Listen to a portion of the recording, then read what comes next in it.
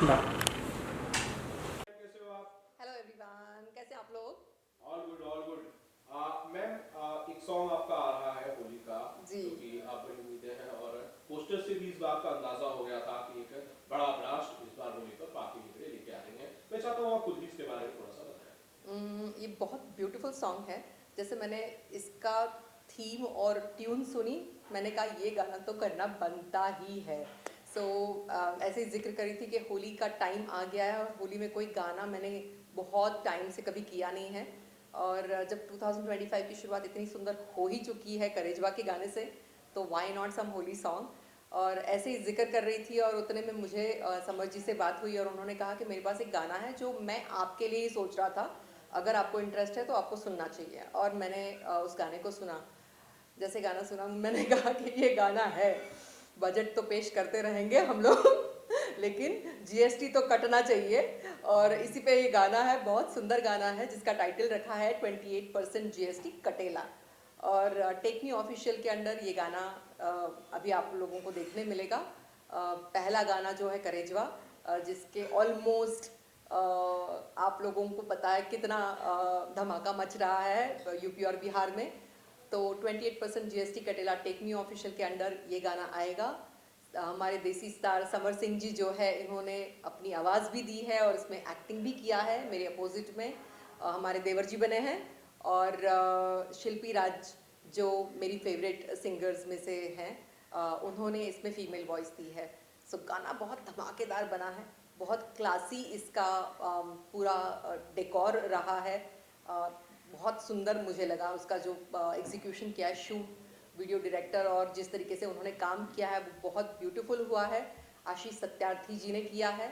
तो आप लोगों को बनता है कि गाना देखिए। अच्छा, कैसा अनुभव था मैम समर सिंह के साथ काम करने का? हालांकि इसके पहले भी जब आप उनके साथ आपकी पेयरिंग हुई थी एक सॉन्ग में, तो वो भी बड़ा धमाल था, ब्लास्ट था। जी।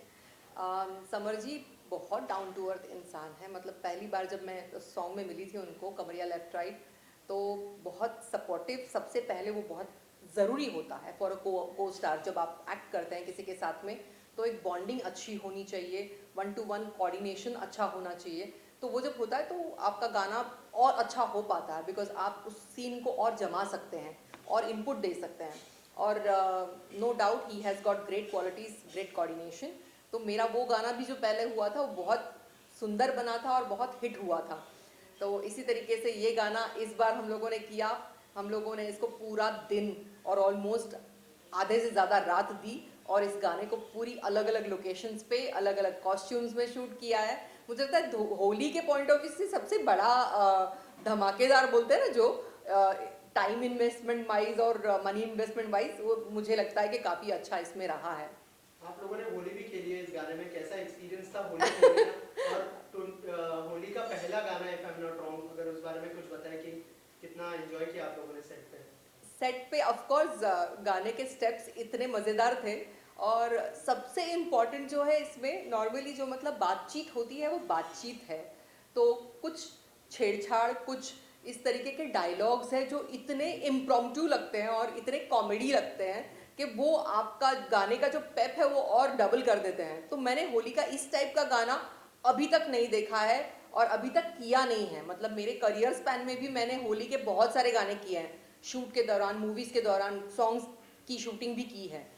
लेकिन मेरे लिए अब तक मेरी जितनी होलीज़ के सॉन्ग शूट मैंने किए हैं, उसमें से मेरा सबसे बेस्ट गाना अगर मैं कोई बोलूँगी तो वो मेरा ये है। इतना मज़ेदार गाना है वो। बाकी जी, इसके अलावा जैसे मैंने कहा कि होली में आपका ये गाना तो आ ही रहा है, इसके अलावा होली में क्या क्या प्लान्स हैं और पहले की क्या क्या मेमोरीज रही है होली को लेकर, अगर कुछ शेयर करना चाहें होली आप? होली में सबसे ज़्यादा तो धमाल मस्ती होती है, तो मैं प्रेफर करती हूँ कि मैं कोई शो ना लूँ। जब शो नहीं लेते हैं तो आप खुद एंजॉय कर सकते हैं अपनी फैमिली के साथ में। यहाँ मुंबई में एक अलग ही मज़ा दिखाई देता है उसका। जैसे यूपी बिहार में तो हम लोग जब पहले जाते थे तो हम लोग शूटिंग के दौरान क्या करते कि शूट करते थे, जैसे पैकअप हुआ वैसे सब वेट करते थे कि जैसे तो हम लोग पार्टी थ्रो करने वाले हैं। ये डिसाइड होता था कि हम जिस शूट पे हैं वहाँ पे पार्टी रात को होगी और पूरा वहाँ पे धमाल मस्ती पार्टी एंजॉय करते थे और दूसरे दिन का शूट रिक्वेस्ट करके प्रोड्यूसर को थोड़ा लेट रखवाते थे। लेकिन अब यहाँ मुंबई में नॉर्मली जहाँ पर भी हम होते हैं तो it's like a celebrity event. कि आप एक होली एक जगह पे नहीं जा सकते हो, आप भले वो टाइम्स की होली हो यहाँ, मतलब इट्स लाइक आप सब जगह पे हॉप कर रहे हो और ट्रैफिक जैम रहता है, लेकिन उसमें सब दोस्त रास्ते में मिले या पार्टीज में मिले, इट्स अलग fun. And of course family के मेंबर्स भी वहाँ पे आपको वहीं टकराते हैं, वहीं मिलते हैं, सभी लोग एक दूसरे की पार्टीज में जाते हैं। और मुझे लगता है सबसे बड़ा ब्लास्ट जो है मैंने मुंबई में देखा है, इस पार्टीज का मजा अलग और कहीं नहीं मिलता। और मुझे लगता है कि होली का दिन सब लोगों का काम छोड़ छाड़ के ना कलर्स और अपना एंजॉयमेंट में सेलिब्रेट करना चाहिए। हाँ। It's different fun. बाकी मैम होली की जब भी बात होती है ना, तो होली बेसिकली 2-3 चीजों के लिए ज्यादा जानी जाती है। जी। बेसिकली खाना पीना, कलर्स तो ऑब्वियसली है ही, Of course. लेकिन इसके साथ ही एक चीज है भांग। आपने कभी भांग पी है कभी होली में? कभी आप भांग पी के ऐसे नशे वशे में हुए हो? नहीं, मतलब Never tried. भांग एक ऐसी चीज है ना जिसको सोच के मुझे डर लगता है, क्योंकि एक दो बार ऐसे एक्सपीरियंसेस मैंने लिए हैं कि लोगों के बातों में से ही समझ में आता है कि जब एक इंसान भांग अगर नशा करता है तो उसके बाद में या तो फिर कोई चीज बात पकड़ लेता है, वो हंसता है तो हंसता ही रहेगा, रोता है तो रोते ही रहेगा। तो वो चीज से थोड़ा सोच के ही डर लग गया कि भाई ये डेंजरस चीज है, इसके नजदीक नहीं जाना चाहिए। सो डर के मारे मैंने कभी भांग टेस्ट नहीं की है। बट हाँ, थोड़ा बहुत जो नशा वाला चीज होता है ना, जैसे कहीं हम लोग ट्रैवल कर रहे थे बिहार में, और बिहार से कहीं जा रहे थे तो बोलते हैं सुबह की पहले बाहर की वो ड्रिंक, हाँ ताड़ी ताड़ी ताड़ी, हाँ करेक्ट ताड़ी, बट ताड़ी वो हम लोगों को किसी ने मतलब निकाल के दी थी। और हम लोग जा रहे थे, मैं, रवि किशन जी और दिनेश लाल यादव जी, हम लोग जा रहे थे बाहुबली या कोई फिल्म की शूटिंग थी उस दौरान, और हम लोगों को वो निकाल के, मुझे वो एक्सपीरियंस याद है कि हम लोगों को वो कि नहीं नहीं इट्स, एंड मुझे यही बताया गया था कि it's a nice fresh drink, like पेड़ का निकला हुआ, दैट्स गुड फॉर हेल्थ। तो उस हिसाब से मैंने वो पी थी, पर मुझे कुछ अंदाजा नहीं है कि उससे कुछ बहुत ज़्यादा मतलब नशा चढ़ा था, आई डोंट थिंक। बाकी जी 2025 की शुरुआत आपके लिए बहुत अच्छी हुई है। ऑलरेडी 2 गाने आ चुके हैं, एक गाना तो ऑलरेडी लोगों के बीच में धमाल मचा रहा है, इतने सारे व्यूज आए, क्या कहना चाहेंगे, कितना लकी मानती है? और 2025 में और क्या क्या प्लान्स है आपके, और क्या क्या आपने सोचा है कि क्या करना है अभी? मैं एज अ पर्सन नंबर्स में बहुत बिलीव करती हूँ। Numerology is my favourite subject, मतलब ऑफ द रिकॉर्ड है as an actor point of view, लेकिन मैं न्यूमरोलॉजी में बिलीव करती हूँ। और नंबर 8 मेरे लिए कभी भी लकी साबित नहीं हुआ है। सो 2024 में कैलकुलेट करके बैठी थी 8, बहुत शांत रहूँगी, कुछ नहीं करूँगी ज़्यादा। लेकिन येस, 2025 इज़ मेरे लिए भी बहुत अच्छा साल है न्यूमरोलॉजिकली, और मैं जितना बिलीव करती हूँ उस हिसाब से मुझे उसका रिजल्ट दिख भी रहा है कि मैंने इस बार अपने आप को ओपन रखा है कि मैं प्रोजेक्ट्स करूँगी।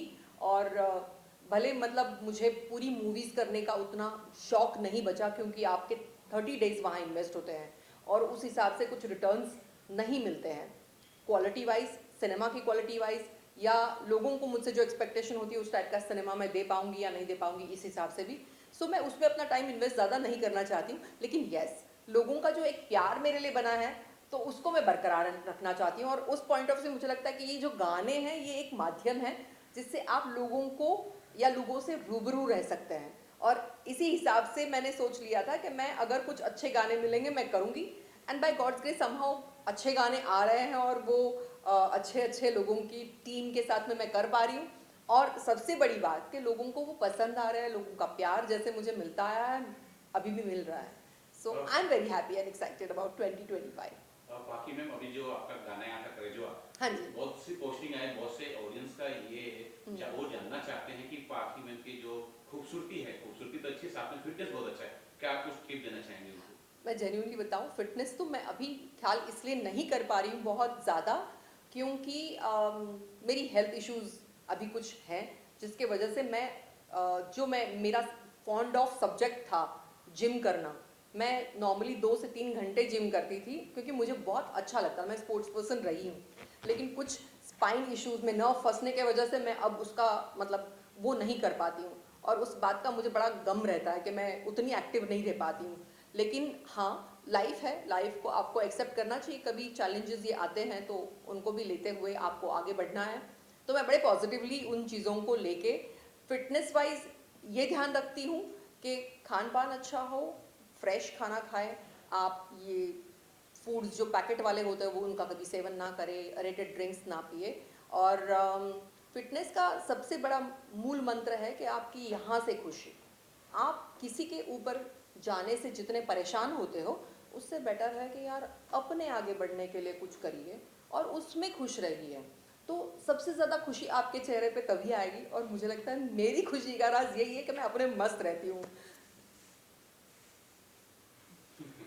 पाकी जी, इसके अलावा दिनेश जी का जन्मदिन है कल, ये इंटरव्यू पब्लिश होगा तब तक जो है जी उनका बर्थडे बिलेटेड हो जाएगा। Right. तो हमारे माध्यम से क्या विश करना चाहेंगे दिनेश लाल यादव जी को, और थोड़ी अगर उनके साथ की मेमोरी भी आप शेयर जी। करना चाहें, क्योंकि बहुत सारी मेमोरीज है, बहुत सारी फिल्में हैं उनके साथ। बिल्कुल, दिनेश लाल यादव जी को मैं जन्मदिन की बहुत शुभकामनाएं देती हूँ। उनको प्रे उनके लिए यही करूँगी कि उनका स्वास्थ्य अच्छा रहे, वो जीवन में अच्छा करें, और जितनी अच्छी अच्छी फिल्में अभी तक वो देते आए हैं उससे ज़्यादा अच्छी फिल्में और मीनिंगफुल फिल्में जो आज उनसे लोग एक्सपेक्ट करते हैं, उस तरीके की फिल्में वो करें और अपना नाम बरकरार रखें। अच्छा, आज अब वो पॉलिटिकल फील्ड में भी आए हैं, तो जनता की सेवा जेन्युइनली एक ग्राउंड लेवल पे जो करनी चाहिए, क्योंकि वो भी वहीं से उठ के आगे आए हैं। तो उनको पता है कि 500 रुपये में उन्होंने अपने शो की शुरुआत की थी और वहाँ से उनकी जर्नी वहाँ तक गई है। तो बेसिक प्रॉब्लम्स क्या है और क्या होती है वहाँ के लोगों की, वो प्रॉब्लम्स को वो समझ के उनके मार्गदर्शक और उनके एक लीडर बने, ऐसा नेता बने कि वो लोगों को जो उनकी ज़रूरतें हैं उनसे उनको रूबरू कराएं, उनको वो देने के लिए, उनके हक के लिए लड़ें। मैं यही कहूँगी, और मेरे लिए सबसे बेस्ट बर्थडे विशेस उनके लिए यही होंगी कि कीप रॉकिंग एवरी ईयर। बाकी में समर सिंह देसी स्टार से जाने जाते जी। हैं, और जो उत्तर भारतीय हैं, मतलब बिहार के और यूपी के, उन्हें बहुत पसंद करते हैं। आपका एक गाना आया था कमर लेफ्ट राइट, और ये कमरिया हाँ, कमरिया ऑटोमेटिक लेफ्ट राइट करेला, ऐसे कुछ। और एक अब होली का गाना आ रहा है, जब आप लोग मिले कुछ डिस्कशन हुआ कि कुछ प्रोजेक्ट पे फिल्म करने वाले हैं? डिस्कशन ऐसा नहीं हुआ है, क्योंकि मुझे भी अंदाज़ा नहीं है कि समर जी फिल्में कर रहे हैं या नहीं कर रहे हैं, मुझे इसका रियली अंदाज़ा नहीं है। बट यस, उनको मैं प्रॉपर देसी सा स्टार कह सकती हूँ, क्योंकि उनमें वो फ्लेवर है जो एक होता ना धरातल पे रह के हम काम करें, और तो उसका वो एक जो फ्लेवर मिलना चाहिए वो उनमें अभी भी नज़र आता है। मैं जब उनको मिली थी वहाँ से लेके अभी as an actor, as a dancer, उन्होंने काफ़ी ग्रो किया है, बट उनका देसीपन गया नहीं है। और वो यही बोलते हैं कि यार मुझे वो खोना नहीं है, और वो ज़रूरी है। जितनी मैंने फिल्में की थी, मैं भी हमेशा यही चाहती थी कि हम लोग ये भूल जाते हैं कि किस तरीके से आज कल हमने जो किया और किस लिए जाने गए, और आज हम उस काम को भूल जाते हैं। लेकिन मुझे लगता है कि वो अगर चीज़ हम बरकरार रखें, तो हमारी फिल्में साउथ से प्रेरित होकर अगर कुछ सीखना चाहेंगे, तो मैं उनसे यही कहूँगी कि उनका लुंगी स्टाइल मत भूलिए, आप अपना गमछा मत भूलिए, आप करिए फिल्म जितनी आपको मॉडर्न करनी है, लेकिन फाइनली लोगों को आपसे जो देखना है वो देसी फ्लेवर देखना है। तो वो मुझे उनमें नज़र आता है, और वो फिल्में करेंगे तो भी उतनी बढ़िया करेंगे, आई नो। आखिर में फैंस को कुछ मैसेज देना चाहेंगे आप? फैंस को मैं यही कहूँगी कि मैं क्या ही कहूँ, मतलब मैं इतने टाइम से आप लोगों के सामने नहीं भी रही, लेकिन मैं जब भी आती हूँ आप लोगों का उतना ही प्यार, उतना ही दुलार मुझे मिलता ना, फील सो हैप्पी। मैं इतनी ब्लेस्ड हूँ कि लोग मुझे बड़ा प्यार करते हैं, मैं जैसी हूँ, मैं जिस हिसाब से हूँ, मुझे वो अपना प्यार कंटिन्यूसली देते हैं। बस यही कहूँगी कि ये भी गाना एक एंटरटेनमेंट वे से मैंने किया हुआ है, तो इसको आप लोगों का उतना ही प्यार और आशीर्वाद दे। इस गाने को देखें, ये नया चैनल है टेक मी ऑफिशियल, तो इसमें ये मेरा दूसरा गाना है, लेकिन ये बहुत अच्छा कंटेंट पेश करने की कोशिश करता है, तो इसको लाइक शेयर सब्सक्राइब करें ज़रूर अगर आपने नहीं किया हो तो। और 28% GST कटेला एक मस्ती वाला पेपी सॉन्ग है, लाइट फन में किया हुआ सॉन्ग है, और होली का मेरा सबसे फेवरेट सॉन्ग है। तो ये आपका भी फेवरेट बनना चाहिए। का बनी की ना हो, बोला डेर ना, देखिए लो ना तो उड़ा दें।